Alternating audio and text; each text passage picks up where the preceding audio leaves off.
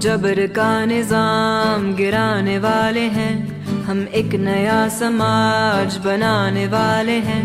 हम पे शाही राज गिराने वाले हैं, हम एक नया समाज बनाने वाले हैं। हम इनकलाब हैं, हम इनकलाब हैं, हम इनकलाब हैं, हम इनकलाब हैं। हम किसी की जागीर नहीं, इनकलाब हैं।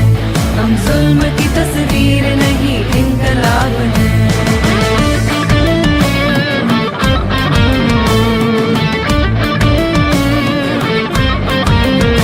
हम जिरगाओ जागीर को भी ढाने वाले हैं, औरत की आजादी का अलम लाने वाले हैं। घर बाहर की तकसीम को रद्द करने वाले हैं, मेहनत के नए कायदे बनाने वाले हैं। हम इनकलाब हैं, हम इनकलाब हैं, हम इनकलाब हैं, हम इनकलाब हैं।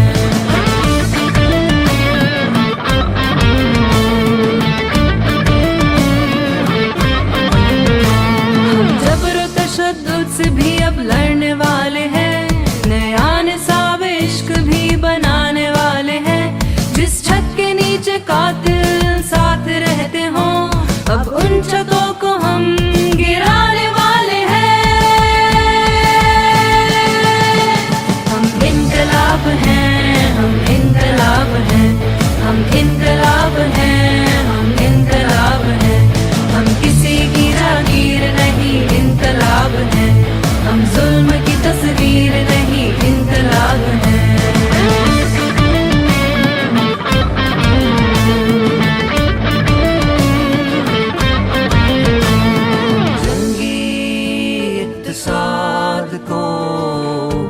गिराने वाले हैं, इल्मो अमन कभी गाने वाले हैं। हम तबकाती तकसीम को मिटाने वाले हैं, हम समाजी इंसाफ को लाने वाले हैं। हम कौमी ऊंच नीच को बदलने वाले हैं, कौमी बराबरी को हम लाने वाले हैं। मेहनत का शौक राज को बनाने वाले हैं, हम इनकलाब जिंदाबाद गाने वाले हैं। हम इनकलाब हैं, हम इनकलाब हैं, हम इनकलाब हैं, हम इनकलाब हैं। हम किसी की जागीर नहीं, इनकलाब है। हम जुल्म की तस्वीर नहीं, इनकलाब है। जबर का निजाम गिराने वाले हैं, हम एक नया समाज। ஓம் சாந்தி. அவ்வியக்தவாணி பட்டியல இன்னைக்கு 96வது நாள், டே 96. அவ்வியக்தவாணி டேட் 21/2/83. ஹெட்டிங் சங்கம யுகத்தில் தந்தையின் கூடவே பிராமணர்களும் உள்ளனர். ஸோ இந்த முரளிலேருந்து சில இம்பார்ட்டன்ட் பாயிண்ட்ஸ் பார்க்கலாம். பாபா இதில் என்னென்ன சொல்லியிருக்காங்க அப்படின்னா, ஸோ இன்னைக்கு பாப்தாதா தன்னுடைய சக்தி சேனா, பாண்டவ் சேனா, அவங்க எல்லாரும் எந்த அளவுக்கு ரெடியா இருக்காங்க, யுத்தத்துக்கு எந்த அளவுக்கு ரெடியா இருக்காங்க அப்படின்னு அதை பார்க்க பாபா சேனாபத்திய பாபா அந்த இதோட லீடரா அதை பார்க்க போனாராம். பிளஸ் எந்த அளவுக்கு இந்த சேனை சக்திசாலி, சஸ்திரதாரி, எவர் ரெடியா இருக்காங்க அப்படின்னு பாபா பாக்குறாரு. அடுத்து பாபா என்ன பாக்குறாருன்னா, இவங்க டயத்துக்காக வெயிட் பண்ணிட்டு இருக்கீங்களா, இல்ல நீங்க ரெடியாகி நேரத்துக்கு முன்னாடியே சம்பன்னமாய் ரெடியா இருக்கீங்களா? அதனால இன்னைக்கு பாப்தாதா சேனாபதி ரூப்ல தன்னுடைய சேனையை பார்த்தார். ஸோ அடுத்து பாபா என்ன பார்க்குறாருன்னா, சைலன்ஸ் இன் சக்தி மூலியமாக சயின்ஸ் மேல எந்த அளவுக்கு வெற்றி அடைஞ்சிருக்கீங்க. அதாவது இந்த முரளி பாயிண்ட்ஸ் ஸ்மிருதியில வச்சுக்கிறது, வர்ணன் பண்றது, அதை ஷேர் பண்றது, அதெல்லாம் அவசியம்தான், அதுவும் இம்பார்ட்டன்ட் தான். பட் ஆனால் அது மட்டும் பத்தாது. ஏன்னா இப்போ உள்ள ஆத்மாக்கள் அவங்க என்ன எதிர்பார்க்குறாங்கன்னா, அவங்க ப்ராக்டிக்கல் ப்ரூஃப், சயின்ஸ்ல வந்து எப்படி ப்ரூஃப் காமிக்கிறாங்க, அந்த மாதிரி நீங்க இந்த ஆன்மீகத்தின் மூலியமா பிரத்யக்ஷ ஃபல் அவங்களுக்கு காமிங்க, அதாவது பிராக்டிக்கல் ப்ரூஃப் அவங்களுக்கு காமிங்க. இதுதான் வந்து இன்னைக்கு ஆத்மாக்கள் பார்க்க விரும்புறாங்க. அடுத்து பாபா என்ன எதிர்பார்க்கிறாருன்னா, உலகத்துல உள்ள ஆத்மாக்களோட நீங்க அவங்க சம்பர்க்கத்துல வரும்போது அவங்களுக்கு அந்த மாதிரி அனுபவம் ஆகணும். இவங்க வந்து சாதாரண ஆத்மா இல்ல, இவங்க விசேஷ ஆத்மா. இவங்க மூலியமா விசேஷமா சாந்தியின் கிரணம் எங்களுக்கு அனுபவம் ஆகுது. ஒவ்வொருத்தவங்களும் நடைமாடும் சாந்தியின் யஜ்ய குண்டமா ஆகணும். இதுதான் வந்து பாப்தாதா எதிர்பார்க்கிறாரு. அடுத்து வந்து எப்படிலாம் இதை நம்ம பிரயோகம் பண்ணோம் அதுவும் பாபா சொல்றாரு. சைலன்ஸ் சக்தியின் விசேஷ யந்திரம் எதுனா சுப சங்கல்பம். இந்த சங்கல்பங்கிற இந்த யந்திரத்தின் மூலியமா நீங்க எந்த சித்தி வேணாலும் அடையலாம், சித்தி சொரூபம் ஆயிடலாம். ஸோ அதனால முதல்ல வந்து இதை வந்து நீங்க உங்க மேல பிரயோகம் பண்ணுங்க. உங்க உடம்புல நோய் இருக்கு, அது மேல பிரயோகம் பண்ணுங்க. சாந்தியின் சக்தி மூலியமா கர்ம பந்தன் வந்து இனிமையான சம்பந்தத்துல மாறிடும். இந்த மாதிரி இதை வந்து நீங்க உங்களுக்குள்ளாரே வந்து நீங்க இதை பிரயோகம் பண்ணி பாருங்க. உங்களுக்கு என்ன இஷ்யூ இருக்கோ அதுல வந்து இந்த சங்கல்பன் சக்தி சுப சங்கல்பத்தை பிரயோகம் பண்ணி பாருங்க. அடுத்து பாபா ஒரு எக்ஸாம்பிள் காமிச்சு சொல்றாரு. எப்படி யாருக்காவது உடம்பு முடியல அப்படின்னா அவங்களுக்கு வந்து அந்த நேரத்துல டாக்டர் தான் ஞாபகம் வரும், அவரை தவிர வேற யாரும் ஞாபகம் வர. அதே போல உலகத்துல அசாந்தி வரும்போது நீங்க சாந்தி அவதார், நீங்க ஒவ்வொருத்தவங்களும் அவங்க எல்லாருக்கும் உங்க ஞாபகம் தான் வரும். ஸோ அதனால இப்ப நீங்க சக்தி சேனா, நீங்க பாண்டவ் சேனா விசேஷ் இந்த சாந்தியின் சக்தியை பிரயோகம் பண்ணுங்க, இதை யூஸ் பண்ணுங்க, இதை பிராக்டிக்கல்ல கொண்டு வாங்க, அதை யூஸ் பண்ணி ஒரு ரிசல்ட் காமிங்க பாபாக்கு. நீங்க தான் வந்து சாந்தியின் சக்தியோட மையப்புள்ளியா இருக்கீங்க. ஸோ இது வந்து ஒரு பாட்டோட மீனிங்ல இருந்து ஆரம்பிக்கிறாங்க. அந்த பாட்டோட மீனிங் வந்து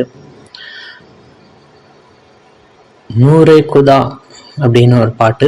ஸோ அதோட மீனிங் வந்து நம்பிக்கையெல்லாம் எங்க நம்பிக்கையெல்லாம் உடைஞ்சு போயிடுச்சு, நீங்க தான் அந்த நம்பிக்கை. ஸோ உங்களுக்காக காத்துக்கிட்டு இருக்கோம், ஒவ்வொரு இதய துடிப்பும் உங்களுக்காக காத்துக்கிட்டு இருக்கு. ஆனா உங்களை எங்கேயுமே கண்டுபிடிக்க முடிய மாட்டேங்குது. கண்களை உங்களை பார்த்து பார்த்து கேள்வி கேட்குது, அமைதி எங்க? நாங்க வழியில இருக்கோம், அந்த துக்கத்துல அழுதுட்டு இருக்கோம், ரத்த ஆறு ஓடிக்கிட்டு இருக்கு. ஆனா உங்களோட அட்ரஸ் எங்கேயுமே கிடைக்க மாட்டேங்குது, உங்க அடையாளமே இல்லாத மாதிரி இருக்கு. ஆத்மா வந்து ரொம்பவே வீக் ஆயிடுச்சு, நேரமும் அப்படியே நின்றுடுச்சு, எங்க கனவு எல்லாம் உடைஞ்சு போச்சு, நாங்க ரொம்ப அடிபட்டு போயிருக்கோம். நூரே குதா, இறைவனை நீங்க ஒளியா இருக்கீங்க, இப்ப நீங்க எங்க ஒளிஞ்சிட்டு இருக்கீங்க? நீங்க எங்கள்கிட்ட இருந்து உங்க முகத்தை திருப்பிக்கிட்டீங்களா? நூரே குதா எங்க இருக்கீங்க? ஓ லைட் ஆஃப் காட் எங்க இருக்கீங்க? அப்படின்னு அந்த பாட்டோட இந்த முரளி ஸ்டார்ட் பண்ணலாம். ஆத்மாக்கள் இன்னைக்கு ரொம்ப துக்கத்துல இருக்காங்க. ஸோ ஆத்மாக்கள் வந்து ரொம்ப துடிச்சிட்டு இருக்காங்க.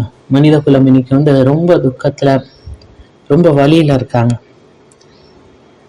எல்லாரோட இதயத்திலையும் ரொம்ப வலி நிரம்பி இருக்கு, துக்கம் சோகம் நிறைஞ்சிருக்கு.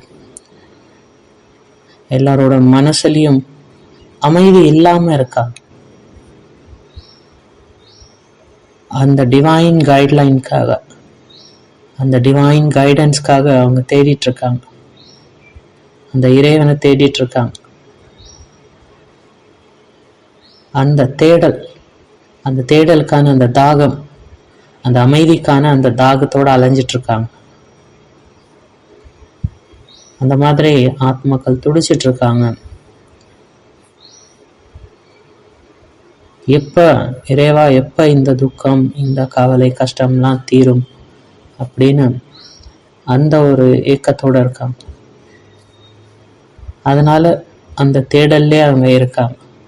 ஆனா தேடிக்கிட்டே தான் இருக்காங்க, இன்னும் அவங்களுக்கு எதுவுமே கிடைக்கல. ஆனா அவங்க தவறான இடத்துல அதெல்லாம் தேடிட்டு இருக்காங்க. ஒரு ஊர்ல ஒரு ராஜா இருந்தாரு. அவருக்கு வந்து ஒரு நோய் வந்துடுச்சு.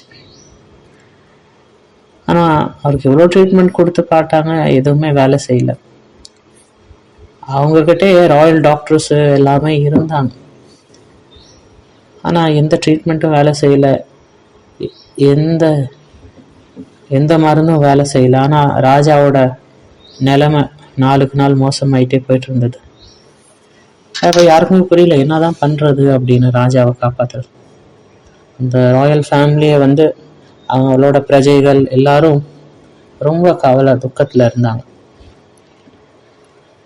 இந்த தீர்க்க முடியாத நோயால் எல்லாரும் துக்கத்தில் இருந்தாங்க. ராஜாவுக்கு இந்த மாதிரி நோய் வந்துருச்சு அப்படின்னு எவ்வளவோ ட்ரீட்மெண்ட் பண்ணி பார்த்தாங்க, ஆனால் எதுவுமே சக்ஸஸ் ஆகலை. நாளுக்கு நாள் அவரோட கண்டிஷனும் ரொம்ப வீக் ஆகிட்டே போயிட்டே இருந்தது. அப்புறம் சான்ஸ் அவர் பொழைக்கிறதுக்கான சான்ஸ் ரொம்ப கம்மி ஆகிட்டே போயிட்டே இருந்தது. இந்த ராஜா இப்போ இந்த டெத் பெட்டில் இருக்கார், எப்போ வேணாலும் அவருக்கு டெத் வரலாம், அந்த மாதிரி சூழ்நிலை ஆயிடுச்சு. அப்போ ஒரு நாள் ஒருத்தவங்க சொன்னாங்க, ஒரு சன்னியாசியை கூப்பிடலாம், அவர்கிட்ட வந்து நல்ல ஹீலிங் பவர் இருக்கு அப்படின்னு. அப்புறம் அவர் வந்தாராம். அவர் வந்து அந்த ராஜா வந்து பார்க்குறாரு, அவரை டெஸ்ட் பண்ணி பார்க்குறாரு. அந்த ராஜா வந்து ரொம்ப நோயில் துடிச்சிட்டு இருந்தார், துக்கத்தில் இருந்தார். அந்த சன்னியாசி, அந்த துறவி வந்து இந்த ராஜாட்ட சொன்னாராம், இந்த ராஜா பிழைக்கிறது ரொம்ப கஷ்டம்தான், ஆனால் ஒரு ட்ரீட்மெண்ட் இருக்கு, ஆனால் அந்த ட்ரீட்மெண்ட் அவங்களுக்கு சொல்ல முடியாது, அது அந்த மாதிரி கொஞ்சம் வித்தியாசமான ட்ரீட்மெண்ட். இருந்தாலும் அந்த ராஜா சொன்னாராம், பரவாயில்ல சொல்லுங்க அப்படின்னு. இருந்தாலும் இந்த துறவி சொன்னாராம், இல்லை இது வந்து ரொம்ப கஷ்டமான இது, நீங்களாம் பண்ண முடியாது அப்படின்னு. ஆனால் இருந்தாலும் அந்த ராயல் ஃபேமிலி, அவங்க ஃபேமிலி மெம்பர்ஸு எல்லாரும் சொன்னாங்களாம், சொல்லுங்க பரவாயில்ல, என்ன இருந்தாலும் நாங்கள் செய்வோம் அப்படின்னு அவங்க சொல்கிறாங்க. அப்போ அந்த சன்னியாசி சொன்னாரா, இல்லை நான் சொல்ல மாட்டேன், ஏன்னா அது ரொம்ப கஷ்டமான ஒரு விஷயம் அப்படின்னு. உங்களால் அதை செய்யவே முடியாது, ஆனால் அந்த ட்ரீட்மெண்ட்டை செஞ்சீங்கன்னா ராஜாவோட உயிர் பிழைக்கலாம், ஆனால் அது உங்களாலாம் பண்ண முடியாது, அது ரொம்ப கஷ்டமானது அப்படின்னு சொல்லிட்டு அந்த சன்னியாசி போக ஆரம்பிச்சார். ஆனால் எல்லாரும் அவரை ரொம்ப ரிக்வெஸ்ட் பண்ணாங்களாம், அந்த ட்ரீட்மெண்ட்டை மட்டும் சொல்லுங்க, எப்படி வந்து அந்த ராஜாவோட நோயை தீர்க்கலாம் அப்படின்னு ரொம்ப ரிக்வெஸ்ட் பண்ணி அவங்க அதை கேட்டாங்க. அப்போ அந்த சன்னியாசி சொன்னார், நீங்கள் வந்து 10,000 குழந்தைங்களை கொல்லணும், அந்த குழந்தைங்களோட ரத்தத்தால் அந்த ராஜாக்கு அந்த ரத்தத்தால் குளிக்க வைக்கணும். எல்லாரும் ஷாக் ஆகிட்டாங்களா இதை கேட்டோம். 10,000 அப்பாவி குழந்தைங்களை கொல்லணுமா, அவங்க ரத்தத்தால் ராஜாவை குளிப்பாட்டணுமா அப்படின்னு கேட்டு, இது வந்து அந்த ராஜா சொன்னாரா, இதெல்லாம் வந்து நம்ம பண்ண முடியாது, இதெல்லாம் நான்சென்ஸ், இதை நான் பண்ண மாட்டேன் அப்படின்னு. ஆனால் அவங்க ஃபேமிலி மெம்பர்ஸ்லாம் யோசிச்சாங்க, ஒரு வாட்டி ட்ரை பண்ணி தான் பார்க்கலாமே. இருந்தாலும் ராஜா சொன்னாரா, இல்லை அப்படிலாம் நான் பண்ண மாட்டேன் அப்படின்னு. நான் வந்து அப்பாவி குழந்தைங்களை எனக்காக நான் வந்து தியாகம் பண்ண முடியாது. ஸோ அந்த மாதிரி அவங்க ஃபேமிலியில் பேசிட்டு இருந்தாங்க. அப்போ ஒருத்தர் சொன்னாராம், ராஜா நீங்கள் வந்து இந்த நாட்டுக்கு ரொம்ப இம்பார்ட்டண்ட், நீங்கள் உயிரோடு இருந்தீங்கன்னா நீங்கள் 10,000 நான் 10 லட்சம் குழந்தைங்களை கூட காப்பாற்றலாம். இருந்தாலும் அந்த ராஜா ஒத்துக்கலையா, நான் வந்து இந்த மாதிரி செய்ய மாட்டேன் அப்படின்னு. சில பேர் ஒரு டவுட் பண்ணாங்களா, ஏன் நம்ம இந்த துறவியை நம்பணும், இருந்தாலும் வேற வழியே இல்லை. அந்த ராஜாவோட நிலைமை நாளுக்கு நாள் இன்னும் மோசமாயிட்டே போயிட்டு இருந்தது. ஸோ அப்புறம் கடைசியில் ஒரு முடிவு எடுத்தாங்க, அதான் ஒரு சொல்யூஷன், 10,000 குழந்தைங்களை கொண்டு தான் ஆகணும் அப்படின்னு. அப்புறம் அவங்க யாருமே விருப்பம் இல்லாமல் ரொம்ப கஷ்டமாக சொல்லி அந்த ராஜாவை ஏற்றுக்க வச்சாங்க. அந்த ராஜாவும் விருப்பம் இல்லாமல்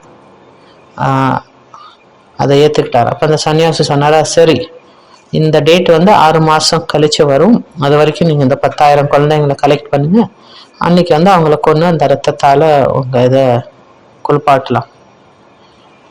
அப்ப அந்த ராஜா வந்து ரொம்ப துக்கத்துல இருந்தாராம். அவருக்கு எங்க பார்த்தாலும் அந்த குழந்தைங்க தான் தெரிஞ்சுதான். ரொம்ப கன்ஃபியூஷன்ல இருந்தாராம், என்ன பண்றது.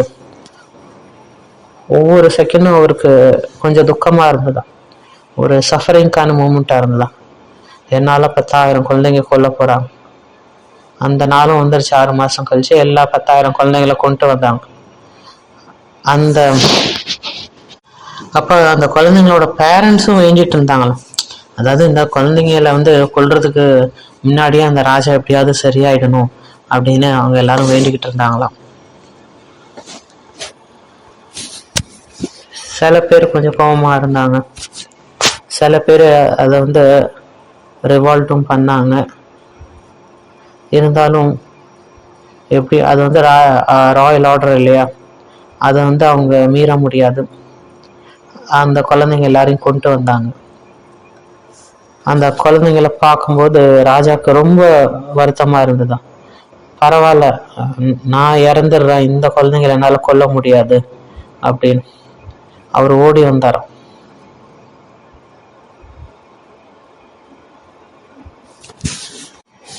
அந்த ராஜா வந்து சரியாயிட்டாராம், குணமாயிட்டார்.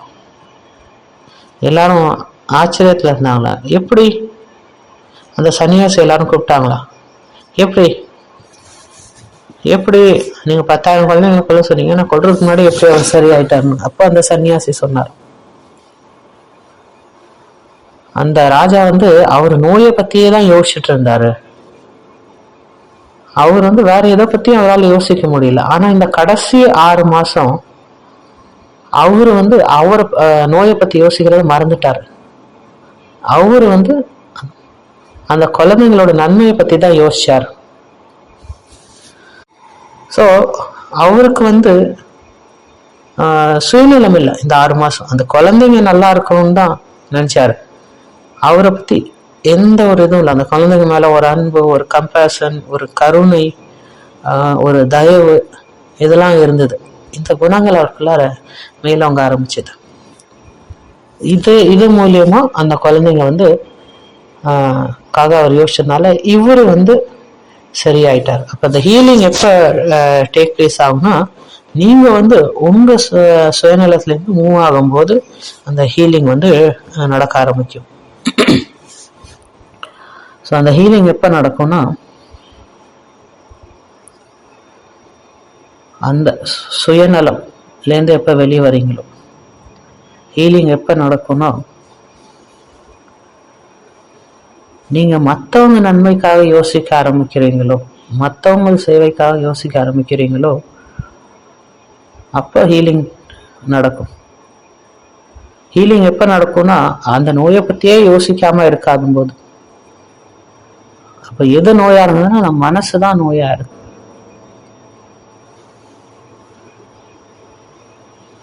நம்ம பாடி வந்து அந்த மனதோட ஜஸ்ட் ஒரு ரிஃப்ளெக்ஷன். ஆத்மாவும் உடம்பும் ஒரே யூனிட் மாதிரி தான், ஒன்று மற்றதை ரிஃப்ளெக்ட் பண்ணுது. ஸோ அதனால இந்த அவ்வியக்த வாணிலையும் பாபா வந்து பார்த்தீங்கன்னா அந்த ஆழத்தை பற்றி தான் பாபா சொல்றாரு. அந்த ஸ்பிரிச்சுவல் ஹீலிங்கோட ஆழத்தை பற்றி தான் பாபா பேசுறாரு. ஸோ இந்த சைலன்ஸ் தான் மிகப்பெரிய ஹீலிங், மிகப்பெரிய சக்தி. சைலன்ஸ்னா உள்ளார மனசுக்குள்ளார ஏதோ ஒரு சேட்டர், ஏதோ பஸ் ஸ்டாண்ட் நினைக்கிற மாதிரி உள்ளார ஏதோ சத்தம் மனசுல ஓடிக்கிட்டே இருக்கு, அதெல்லாம் சைலண்ட் ஆகணும். ஸோ இதுல வந்து ஸ்பிரிச்சுவல் சயின்டிஸ்டோட உதாரணம் சொல்றாரு. நீங்க இந்த ரிசர்ச் பண்ணுங்க, எப்படி சயின்ஸ்ல வந்து ஆராய்ச்சி பண்றாங்களோ அது வந்து உருவாக்குது, அழிக்கவும் செய்யுது, என்னன்னா பண்றாங்க சயின்ஸ்ல. அந்த மாதிரி நீங்க உங்க லேப்ல சைலன்ஸுங்கிற அந்த லேப்ல வந்து இதை ஆராய்ச்சி பண்ணுங்க.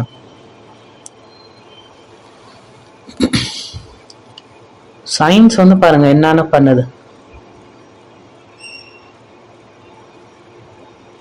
அப்ப இந்த சைலன்ஸ் சக்தி அதை விட பெருசு. இதை பத்தி ஒன்னும் நீங்க வந்து தெரிஞ்சுக்கல. சைலன்ஸோட பவர் எவ்வளவுன்னு ஒன்னும் நீங்க தெரிஞ்சுக்கல. அதை பத்தி இதுதான் ரொம்ப பெரிய பொக்கிஷம், சைலன்ஸ் பவர். எவ்வளோக்கு எவ்வளோ நீங்க சோல் கான்சியஸ் பக்கம் மூவ் ஆகுறீங்களோ உங்க சைலன்ஸ் பவர் வந்து இன்க்ரீஸ் ஆகும். எவ்வளோக்கு எவ்வளோ சோல் கான்சியஸ் ப்ராக்டிஸ் பண்றீங்களோ அவ்வளோக்கு அவ்வளோ சைலன்ஸ் பவர் இன்க்ரீஸ் ஆகும். உங்க திருஷ்டி மாறிடும், உங்க உலகமே மாறிடும். ஸோ அதனால இதை வந்து ஃபர்ஸ்ட் உங்க மேல எக்ஸ்பெரிமெண்ட் பண்ணணும். உங்க பாடி மேல, உங்க மைண்ட் மேல, உங்க விருத்தி மேல, உங்க சன்ஸ்கார் மேல, உங்க ஆக்ஷன்ஸ் மேல, உங்க கனெக்ஷன் மேல, உங்க ரிலேஷன்ஷிப் மேல, உங்க அட்மாஸ்பியர் மேல இதெல்லாம் ரிசர்ச் பண்ணி பாருங்க. அதுக்கப்புறம் கண்டுபிடிங்க என்ன ஆகுது. யாரோ ஒருத்தவங்க கத்துறாங்க, யாரோ உங்களை பத்தி தப்பா பேசுறாங்க, ஆனா நீங்க வந்து அமைதியா இருக்கீங்க, மனசளவுலயும் அமைதியா இருக்கீங்க. சைலன்ஸ் தான் பெஸ்ட் ஆன்சர். எல்லா பிரச்சனைக்கும் சைலன்ஸ் ஒரு பெஸ்டான ஆன்சர். சைலன்ஸ்ல ஒரு பெரிய சக்தி இருக்கு. ஸோ அதனால இதை எக்ஸ்பெரிமெண்ட் பண்ணி பாருங்க. ஒரு தாட் லேப் கிரியேட் பண்ணுங்க. உங்க வாழ்க்கையே ஒரு ஆராய்ச்சி கூடமா மாறிடணும். அதுல வந்து நீங்க எக்ஸ்பெரிமெண்ட் பண்ணி பாருங்க. ஏதோ ஒரு நோய் இருக்கு, சைலன்ஸ் சக்தி அதுல பிரயோகம் பண்ணி பாருங்க. சைலன்ஸ்ல ஹீலிங் பவர் இருக்கு.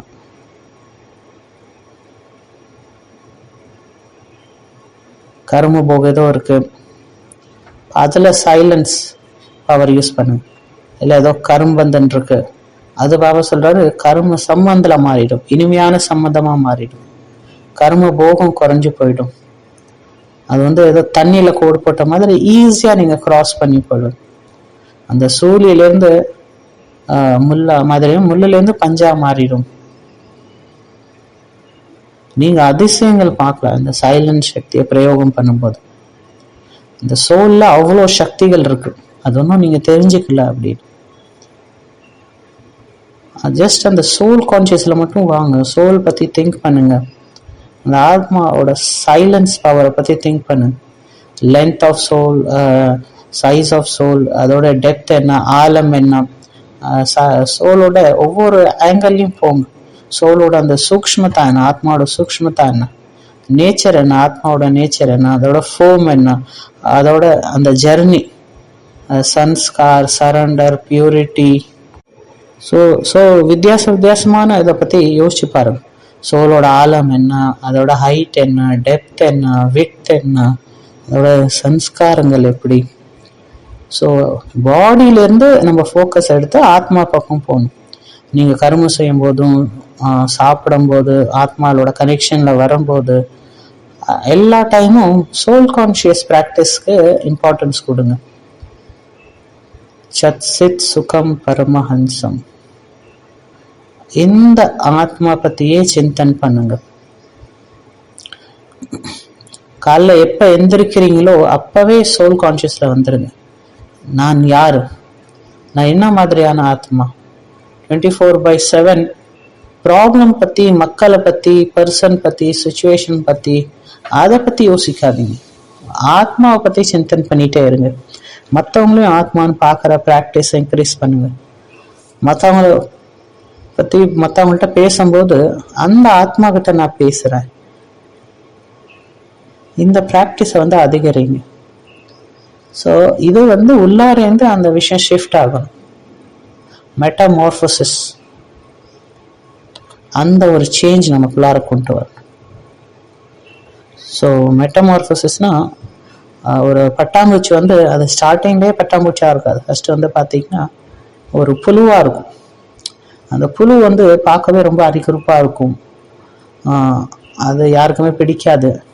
ஸோ அதை என்ன பண்ணுது, ஒரு இடத்துல உட்காந்துட்டு அதை சுற்றி ஒரு வெள்ளை கலராக ஒரு கோடு மாதிரி கட்டிக்கும். அது உள்ளாரே ஒரு வாரம் இருக்கும், கண்டினியூஸாக ஒரு வாரம் அது உள்ளார தான் இருக்கும். சில இது டைமும் எடுக்கும், சில இது ஒரு மாதம் கூட ஆகலாம்.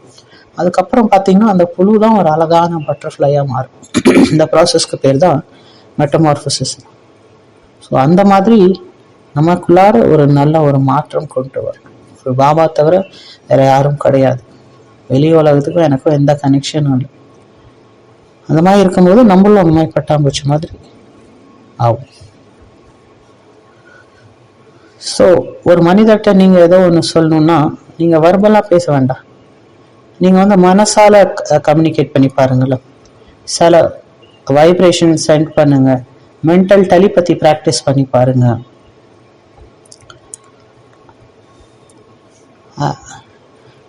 ரெண்டாவது யாரோ வந்து உங்களுக்கு தெரியுது, யாரோ வந்து ரொம்ப துக்கத்தில் இருக்காங்க, இல்லை ஏதோ ஒரு இடத்துல ரொம்ப அசாந்தி இருக்கு. அப்போனா நீங்கள் மைண்டாலே அவங்களுக்கு அந்த சாந்தியின் வைப்ரேஷன் சென்ட் பண்ணி எக்ஸ்பெரிமெண்ட் பண்ணி பாருங்க. இல்லை யாரோ ஒரு கஷ்டமான சுச்சுவேஷன்ல இருக்காங்க, அவங்களுக்கு வைப்ரேஷன் அனுப்பி பாருங்க. இதுதான் உங்களுடைய ஆயுதங்கள், இதுதான் உங்க ஆயுதம், ஸ்பிரிச்சுவல் ஆயுதம். அது ஃபோனோட ஃபாஸ்டா டிராவல் பண்ணும். இதுதான் உங்க வயர்லெஸ் கம்யூனிகேஷன். அடுத்து 3வது விஷயம், சோல் டு சோல் கனெக்ஷன். நீங்க வாக் பண்ணும்போது, சேவை பண்ணும்போது மற்றவங்கள ஆத்மான்னு பாருங்க. ஏன்னா எப்ப தேகத்தை பார்க்க ஆரம்பிச்சுங்கிறீங்களோ, சோல் மற்றும் பாடிக்கான அந்த கனெக்ஷனை வந்து புரிஞ்சுக்கோங்க, அதை விஷுவலைஸ் பண்ணி பாருங்க. நான் ஆத்மா, எனக்கு உருவம் கிடையாது, அது எங்க இருக்கு, எங்க இருந்து வந்திருக்கு, அது எங்க இருக்கு இந்த உடல்ல, அது எப்படி இந்த உடம்பை இயக்குது. ஸோ அந்த ஆத்மாவை பத்தி சிந்தனை பண்ணுங்க, அதை வச்சு எக்ஸ்பெரிமெண்ட் பண்ணுங்க, அதை வச்சு ரிசர்ச் பண்ணுங்க. உங்க வாழ்க்கையே ஒரு ஆராய்ச்சி கூடமும் மாறிடும். நீங்க ஒரு ஸ்பிரிச்சுவல் சயின்டிஸ்ட் ஆகிடும். அதுல நீங்க புது புது எக்ஸ்பெரிமெண்ட் பண்ணிக்கிட்டே இருக்கணும். உங்க சோல் கான்சியஸா இருக்கும்போது என்ன ஆகுது, பாடி கான்சியஸா இருக்கும்போது என்ன ஆகுது. ஸோ அதனால உங்களுக்குள்ளார உள்ள நெகட்டிவ் எனர்ஜி எல்லாம் கிளீன் பண்ணுங்க. உங்க மைண்டை வந்து ஒரு ஸ்கை, ஒரு மேகம் மாதிரி பாருங்க. நீங்க அதை அப்சர்வ் பண்ணி சாட்சியா இருந்து பாருங்க, அந்த கரு மேகங்கள்லாம் விலகிடும். நெக்ஸ்ட் சாட்சியா இருந்து பாருங்க. இந்த மாதிரி உங்க மேல நிறைய எக்ஸ்பெரிமெண்ட் பண்ணி பாருங்க. இந்த சைலன்ஸின் எக்ஸ்பெரிமெண்ட் ஆராய்ச்சி பண்ணி பாருங்க. உங்களுக்குள்ளார உள்ள சைலன்ஸ் வந்து அன்டிஸ்டர்ப்டா இருக்கணும். ஏன்னா எவ்வளோக்குள்ள தடை வருதோ அது வந்து பாவமேல அன்பை வந்து அதிகரிக்கும். ஸோ அதோட பிரச்சனை வருதா அதை பத்தி கவலைப்படாதீங்க, விக்னம் வருதா அதை பத்தி கவலைப்படாதீங்க. நீங்க வந்து பரமாத்மா அன்புல மூழ்கிடுங்க, அந்த விக்னம் தானாவே சரியாயிடும். அடுத்து வந்து silent walk, silent scroll. Walking போங்க, எதுவும் பேசாம எதுவும் சொல்லாம ஜஸ்ட் ஒரு வாக்ல போங்க. நேச்சரோட கம்பெனியில ஒரு வாக்ல போங்க. அது எப்படி இருக்கோ அதை வந்து ஜஸ்ட் அப்சர்வ் பண்ணுங்க. அந்த மலைகளை பாருங்க, அந்த கடலை பாருங்க, அந்த நதியை பாருங்க, அந்த செடியை பாருங்க, அந்த பூக்களை பாருங்க, அந்த கிரீனரியை பாருங்க, அங்கே உள்ள கிளவுட்ஸை பாருங்க, ஸ்டார்ஸை பாருங்க, மூன்ஸ் பாருங்க. ஸோ அந்த மாதிரி சைலண்டா அந்த காத்து போதில் அதை ஃபீல் பண்ணுங்க. அங்கே உள்ள பட்டாம்பூச்சை பாருங்க, அந்த ட்ரீயை வந்து ரொம்ப அன்பா டச் பண்ணுங்க, அந்த லீவ்ஸுக்கு வந்து அன்பா டச் பண்ணுங்க, அந்த ஃப்ளவர்ஸை ரொம்ப அன்பா டச் பண்ணுங்க. நேச்சர் வந்து பாருங்க எவ்வளோ சைலண்டா இருக்கு, எவ்வளோ பர்ஃபெக்டா இருக்கு இந்த நேச்சர். அந்த நேச்சர் வந்து ரொம்ப கத்துறதில்ல, சத்தம் போடுறதில்ல. அது வந்து நமக்கு சொல்லி கொடுக்குது நம்ம எவ்வளோ சைலண்டா இருக்கணும் அப்படின்னு. அது வாயில சொல்றதில்ல, அது ப்ராக்டிக்கலா செஞ்சு காமிக்குது. ஸோ ஒரு ஃபியூச்சர் ஜென்ரேஷனுக்கு ஒரு லெட்டர் எழுதுங்க, ஃபியூச்சர் ஜென்ரேஷனுக்கு ஒரு லெட்டர் எழுதுங்க. நீங்க என்னன்னு எழுதுவீங்க, வருங்காலத்துக்கு என்ன எழுதுவீங்க. ஏதோ ஒரு 3 விஷயம் பாவ சொல்றாங்க. ஆத்மாக்கள் வந்து உங்களை பக்கத்துல வருவாங்க, உங்களை சாந்தி அவதாரா பார்ப்பாங்க. ஆத்மாக்கள் உங்கள்கிட்ட வந்து உங்களை சாந்தியின் அவதாரமா பார்ப்பாங்க, சாந்தி குண்டா பார்ப்பாங்க உங்களை. அவங்க வந்து உங்க பக்கத்துல ஆக்கர்ஷன் ஆகி வருவாங்க அமைதிக்காக. அப்ப நீங்க வந்து சுபசங்கத்தின் மூலியமா, உங்க எண்ணத்தின் மூலியமா அவங்களுக்கு சாந்தி கொடுக்கணும். பியூர் இன்டென்ஷன் வந்து ஒரு வைஃபை மாதிரி, அது எல்லாத்தையும் கனெக்ட் பண்ணிடுது, எல்லாரையும் கனெக்ட் பண்ணிடுது பரமாத்மாவோட. ஸோ அதனால உங்க சிக்னல் வந்து ஸ்ட்ராங்கா இருக்கணும். அப்போ சிக்னல் ஸ்ட்ராங்கா இல்லைன்னா நீங்க அப்புறம் பஃபர் ஆகிட்டே இருக்கணும், சுத்திக்கிட்டே இருக்கும், கனெக்ட் ஆகாது. ஸோ அதனால் ஃபர்ஸ்ட் எக்ஸ்பெரிமெண்ட் உங்கள் மேலே, ரெண்டாவது வந்து மற்றவங்க மேலே. இது எப்படி இருக்குன்னா, நீங்கள் மற்றவங்களுக்கு டயட் அட்வைஸ் கொடுக்குறீங்க, ஆனால் நீங்களே வந்து சமோசா சாப்பிட்றீங்க. இது எப்படி இருக்குன்னா, ஒரு டாக்டர் வந்து என்ன சொல்கிறாருன்னா, நான் வந்து யூடியூப்பில் வந்து ஆப்ரேஷன் பண்ணுறத பார்த்தேன், அது வந்து உங்கள் மேலே வந்து பண்ணுறேன் அப்படின்னு சொல்கிற மாதிரி இருக்குது. நீங்கள் உங்கள் மேலே சாந்தி பிரயோகம் பண்ணல. ஸோ அதனால் ஃபஸ்ட்டு உங்கள் மேலே இந்த சைலன்ஸின் எக்ஸ்பெரிமெண்ட் பண்ணுங்க. அதுக்கப்புறம் நீங்கள் மற்றவங்க மேலே யூஸ் பண்ணலாம். ஸோ பாபா இங்கே சைலன்ஸ் மற்றும் பீஸ் இந்த 2 வார்த்தை யூஸ் பண்ணுறாரு. ஸோ அதனால் நீங்கள் பீஸ் மெசஞ்சர் ஆகிருங்க. நீங்கள் lighthouse, peace in lighthouse ஆகிருங்க. அமைதியை பரப்புங்க. ஏன்னா இந்த உலகம் வந்து ரொம்ப துக்கத்தில் இருக்குது. உலகத்துக்கு அமைதி தேவை. உலகம் வந்து பீஸ்லெஸ்ஸாகவும் இருக்குது, பீஸாகவும் ஆயிடுச்சு. அமைதி இல்லாமல் இருக்குது. எல்லாரும் துண்டு துண்டாக தனியாகவும் போயிட்டாங்க. அதனால் அவங்களுக்கு அமைதியின் வைப்ரேஷன் கொடுங்க. நீங்கள் தான் ஸ்பிரிச்சுவல் சோல்ஜர்ஸ். ஸோ அதனால் பாபா பார்க்குறாரு எவ்வளோ நீங்கள் பவர்ஃபுல் ஆயிருக்கீங்க, எவ்வளோ நீங்கள் எல்லாருக்கும் சக்காஷ் கொடுக்குறீங்க. அது வந்து பாபா பார்க்குறாரு. ஓம் சாந்தி.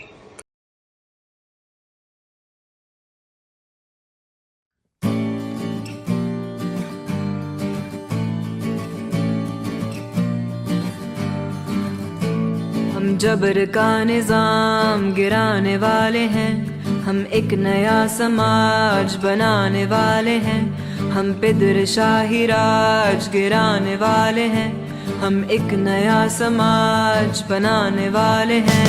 हम इनकलाब हैं, हम इनकलाब हैं, हम इनकलाब हैं, हम इनकलाब हैं, हम किसी की जागीर नहीं, इनकलाब हैं, हम जुल्म की तस्वीर नहीं, इनकलाब हैं।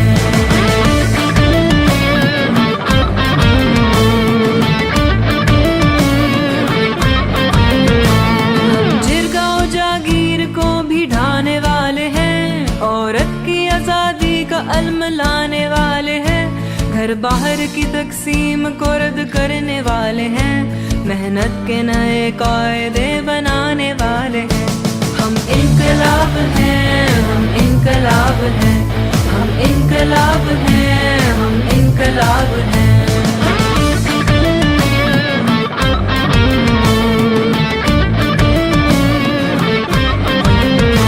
हम जबर और तशद्दुद से भी अब लड़ने वाले हैं, नया निसाब इश्क भी बनाने वाले हैं, जिस छत के नीचे कातिल साथ रहते हों, अब उन छतों को हम गिराने वाले हैं। हम इनकलाब हैं, हम इनकलाब हैं, हम इनकलाब हैं, हम इनकलाब हैं, हम किसी की जागीर नहीं, इनकलाब हैं, हम जुल्म की तस्वीर नहीं, इनकलाब हैं।